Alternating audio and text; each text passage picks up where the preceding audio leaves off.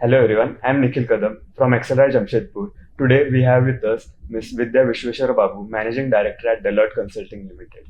She has over 25 years of work experience handling complex digital transformation programs across high-tech, life science and retail industry. She has played a pivotal role in scaling up Deloitte Digital and currently working in service delivery transformation. Uh, it's an honor to have you here, ma'am. Let's talk about your journey. And so you had an impressive journey of more than 20 years at Deloitte. So what's the most defining moments that shaped your leadership philosophy? Okay, I can think of two. I mean, there's a lot of experiences that changes you. And I was reading two books. One is about the consciousness of your mind, and one is literally about the future of how you live your life. The crux of both of this is one message. The one message is you're a person and you're shaped by experiences that you meet with and live with.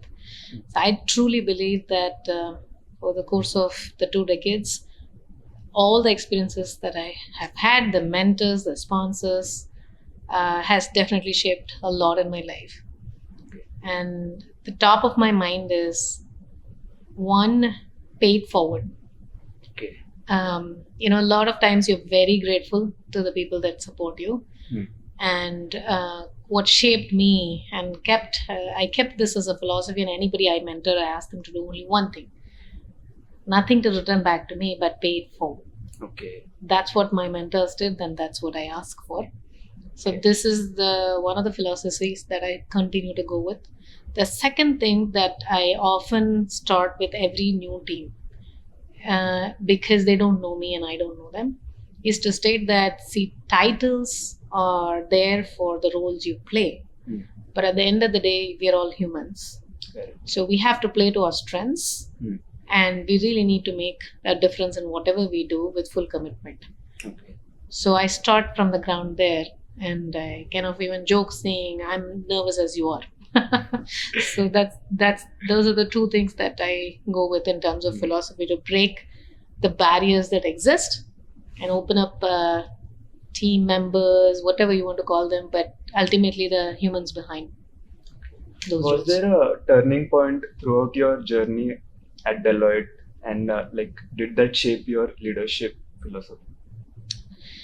This is not, if you had asked me this prior to COVID, I might have not had one turning point, many turning points. But after COVID, that becomes my top, and I don't think I want one more turning point like that. Yeah. So during COVID, I think it's the most. I was leading a practice. I was leading digital, and that is a turning point, because I'm always a people person, and everybody in Deloitte, we say people are our assets, and our purpose, our people is the most important, and then our impact to clients, what matters the most. So COVID actually took us through a lot of cycles of ups and downs, and it was super,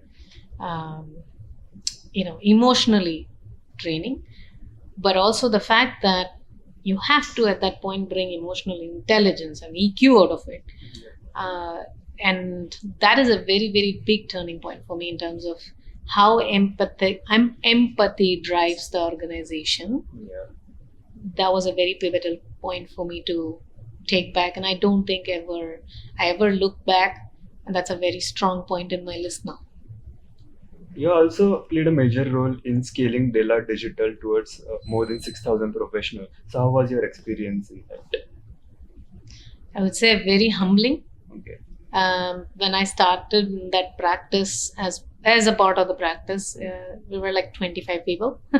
And when I took on the practice and grew this practice to 6,000, totally humbling experience, because again, digital is not one thing you do. Like I was talking about,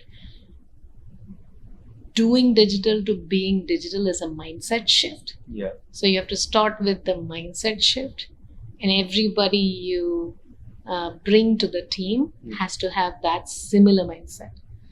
So anything you design and experience, anything that we talk about customer experience, it doesn't matter what the role you play, whether you are a strategy person or a technology person or a run business person, doesn't matter. The experience we sign up for is what we take to the end goal. So connecting the dots became our life. So you kind of wake up and sleep with thinking about experience. And ma'am, you have also worked across industries like high tech, life science, and retail. And in our operations management, we learn something called clock speed, where we take knowledge from one industry and like use it in some another industry. Yeah. So, did you do this in while working across these industries? Quite a lot. I had the fortunate moment, if you will, to work on multiple industries at the same time. Yeah. And I'm a technologist through and through. So, and if you see in the last 2 decades, first decade, technology evolution was not so fast. So you had something to anchor on, but there were big shifts coming. And then web, mobile, everything started moving fast. The technology shifts with cloud, AI, and now Gen AI and so on and so forth is super fast. And clock speed is the right word. You wake up, I used to say in the past decade, you wake up, you see something new. And right now looks like every minute something is new. So there's no limit to learning. So instead of just saying I know what to do, I think the continuous learning becomes real, right? And we have to take it from there. So industry convergence, how customers view this is because of how this technology is enabled or it's in the hand of customers. It doesn't matter which industry you are in, right? You take your learnings from retail to TMTs or TMT to retail. A pretty good example is pay as you go. Yeah. Pay as you go was there as part of mobile phones introduction, and then subscription came to software. And then now everything can move as a subscription. So there are models that are continuously evolving, and the learning through all of this is extremely important to transfer. So now we are in the age of AI, and AI is transforming literally every industry, including consulting. So how do we balance technology's efficiency with human creativity and the empathy part that we discussed in during the panel discussion? How do we bring that into? So what we I'll bring 2 aspects or 3 aspects, right? Ethics, trust, compliance becomes the foundation going forward. I mean, it was always there, but with technology enablement, if you're going to give hands of this, technology in the hands of everyone, it becomes our responsibility to kind of put that in the foundation of everything that we do.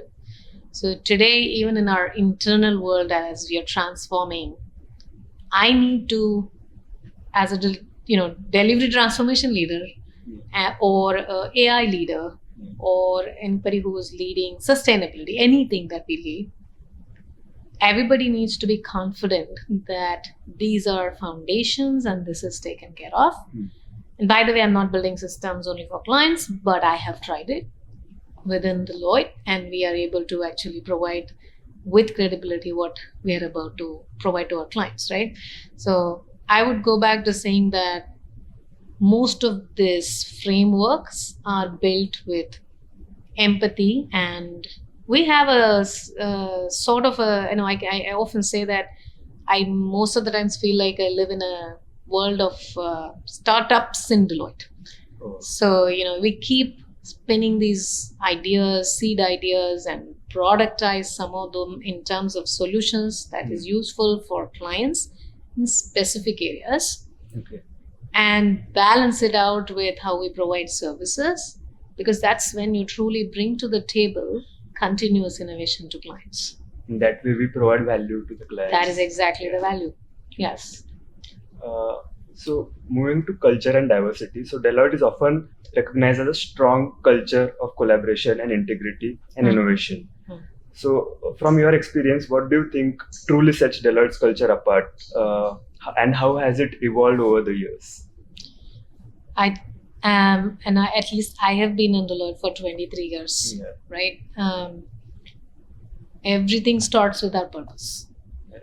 Our purpose, our shared values are set across, like the basic things of integrity, right? Our people, respect for our people, how we engage with each other, right? How we collaborate with each other.